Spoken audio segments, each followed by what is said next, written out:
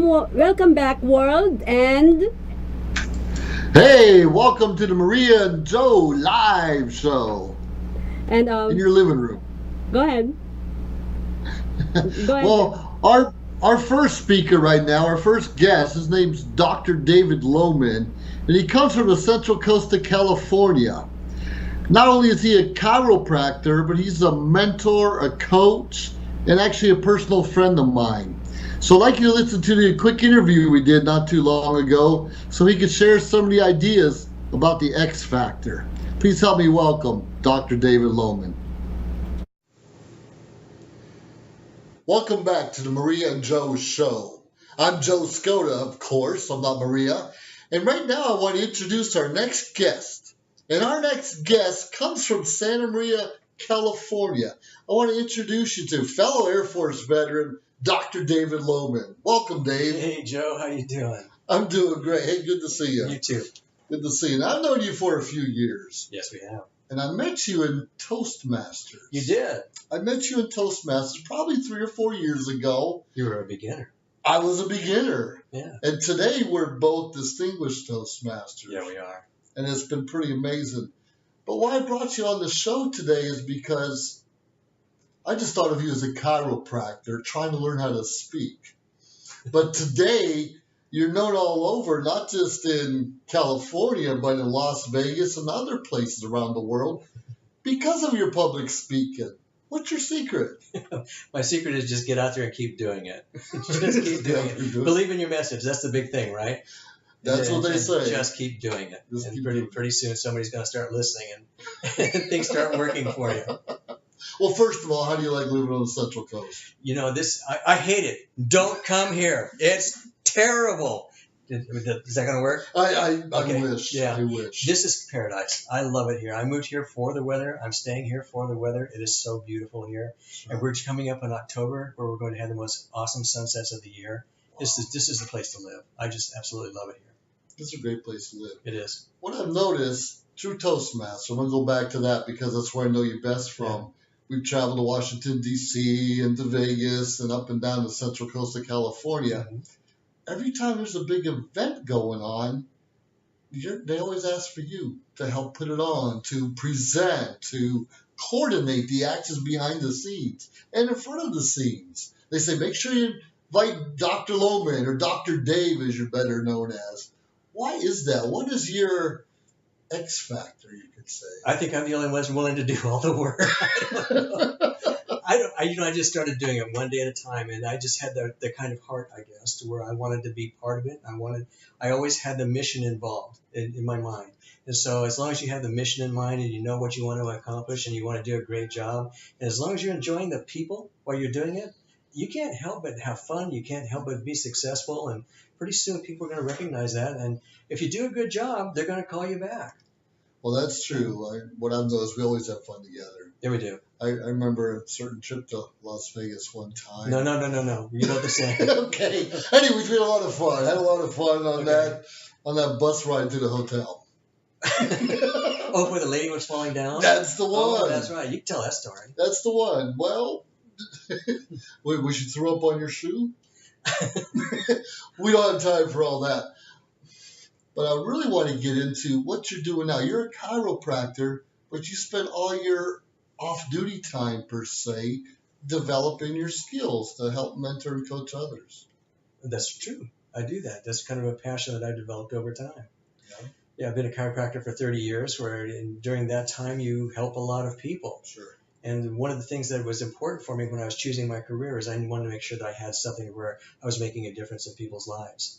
And now I'm doing that through my professional speaking, but it's different. When you're doing speaking, there's a certain passion, there's a certain thing that comes alive inside of me that when I'm doing it, I just absolutely love it, and that's why I do it. I've watched you get up there probably right from after your business as a chiropractor where you're tired, you're feeling worn out.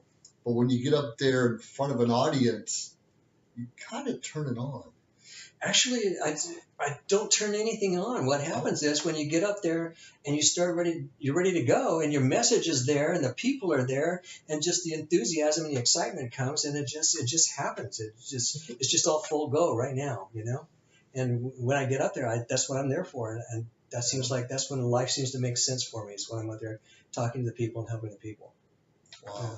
So you're kind of telling me your mission is to help out as many people as you can through your public speaking, through your coaching. Your coaching, right? Yes, and that is my mission, because I've had this saying that says if you're not trying to change the world, you're wasting a lifetime.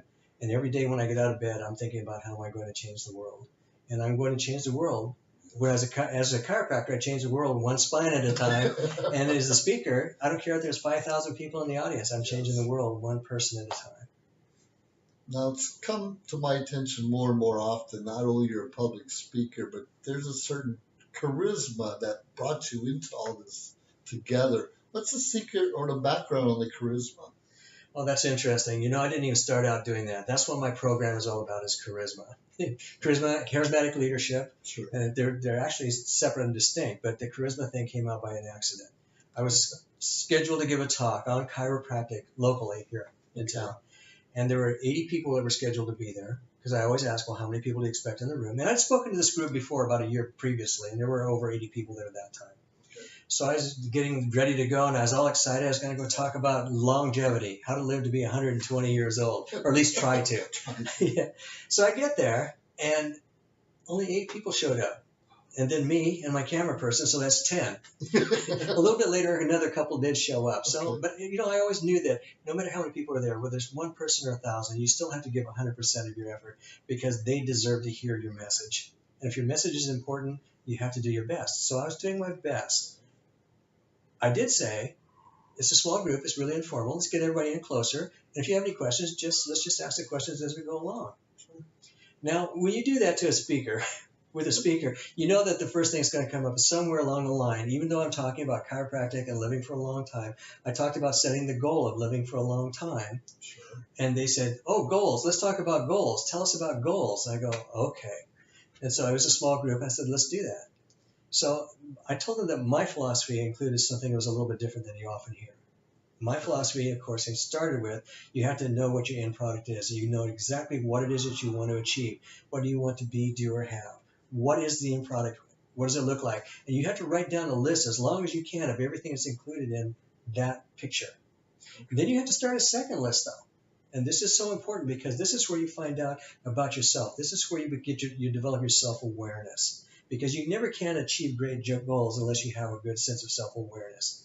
And during that self-awareness, you ask yourself this main question: what changes do I need to make in my life? What man do I have to become, or woman do you have to become, in order to deserve the goals that you want to have? And during that process, now this takes a couple of weeks or sometimes longer to just do these 2 questions, and it takes many, many pages. Then you have to ask yourself one more question. Yes. And that question is this: am I willing to do what it takes to become that person that deserves that goal? Because most people aren't. That's powerful. And once you've figured that out, once you figured out what all that stuff is and all those changes that you need to make, and you start asking yourself if the answer is no, why? You have to start taking a look at that, develop more self-awareness, and then you can realign your goals to fit what you think you can really achieve and accomplish.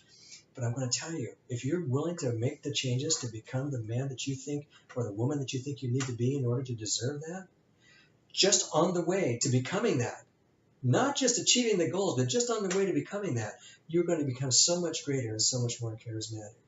And that's what I said. Yes. And when I said the word charismatic, you would have thought that I just lit the place on fire, because all 10 of those people wanted to ask me all kinds of questions about charisma. And that's how this whole program started. Once I did that, then those 10 people told their friends, and they told their friends. And next thing you know, I'm getting invited to leadership groups to talk about charisma. Well, that was pretty exciting for me. Sure. And so I started thinking about that. I said, well, if I'm going to be talking about this on a regular basis, especially if I want to get paid for talking about it, I better know what I'm talking about. So my method is, of course, you go out there and you read 10 books, you go to a couple seminars, you go to sign up for some webinars, and you get as much information as you possibly can. Sure. And I started doing that. Now, every single one of those things that I attended or read or listened to, Yes. they all started out with this question: can charisma be taught? Ooh. Yeah. And every single one of them said, yes, it can. And then they spent the rest of their seminar, webinar, book, or whatever it was, telling me how to be charming. Charming. Charming. Well, that's good, because I think that charismatic people are, by and large, charming people. Yes. But to me, now, I think that there's something different with charisma. Charisma has something that I like to call the X factor. The X factor is something that when somebody walks into the room who's charismatic, everybody says they're here. And they want to be near them, and they want to talk to them, and they want to be friends with them. And they don't even have time to be charming yet. They just know when they walk in the room that this person has that X factor. You can spot them from across the room easily. Yeah, who would you say has charisma that you can think of right now? Well, obviously Bill Clinton, whether we liked him in politics or not, he had charisma. Interesting choice, and he was one of the best ones. Did you know that he could turn it on and off whenever he wanted to?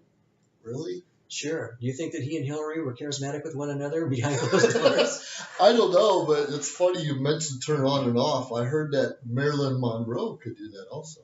Marilyn Monroe, the famous story about when she was at Grand Central Station, when she was walking down there trying to get to where she wanted to go. Sure. Everybody thought that she was just some other young, attractive blonde walking down the street. But when she turned to her publicist who was with her, and she said to him, "Do you want to see her? Do you want to see the real Marilyn Monroe?" Of course. And she just struck a little pose, flipped her hair a little bit, and then all of a sudden, everybody in the streets recognized her for the starlet that she was, and they started almost attacking her. They all wanted to be near her and wanted to touch her, and they wanted to get a piece of Marilyn, And it was dangerous, and they had to rescue her. And it took a lot of time to get her out of there. They had to save her. But the point that she wanted to show was that she could turn it on, she could turn it off, which means it can be taught. So I spent about 3 years looking for it and studying for it, trying to find out what is that X factor. And I did come across a few things. By and large, it's still a mystery, and there's still more to study and more to learn. But there are some things out there that teach you what that X factor is, and things that you can start doing to develop that. And you can start right away. Now, I've noticed, probably the last few months, you have this little clip you do on Facebook called Driving with Dr. Dave. Tell us a little bit about that. Yeah, that's on my Facebook page. You can just go to David Lohman on Facebook and click on there, and I'll friend you and make sure. But every morning I try to get out there and try to do like a 2-minute thing where it's. Now you do it in your car though. I'm a little scared. Yeah, but I promise you, it's hands free. It's mounted on the windshield. So I push a button. It's more distracting to have somebody over here beside you while you're driving and talking to them than it is, because you'll notice when I'm driving down the road that I'm always watching, and I very rarely look at the camera except to say "see you tomorrow" and I push the button. I think I've heard some car horns in some of those videos. Oh, that's just the girls in the other car because they think that you're riding with me. There's Joe Skoda. I wish. Yeah. I don't have that charisma.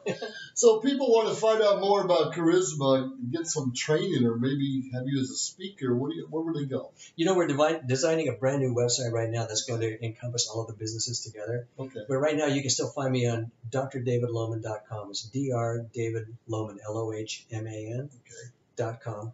And you go there, and that's my website for my chiropractic business. But you can find me there, and you can find everything else from me there. When I put up the new, and go to that Facebook thing when I do the Driving with Dr. Dave, and when the new website is up in a couple weeks, everybody will have a chance to see it there. And you can give me a call. We'll come out there. We'll talk to your group. We'll talk to your people. We'll talk about charisma. Great. I love listening to your episodes every day. Thank you. Still, you think you teach me anything about charisma? I think we can all learn charisma now. And the fact that you asked that question means that the answer is yes. A little bit, huh? All right, Dave. All right. Thanks for everything. You bet. Come join us again soon. Look forward to talking to you again in the future. Thanks. Have a great day. This is good.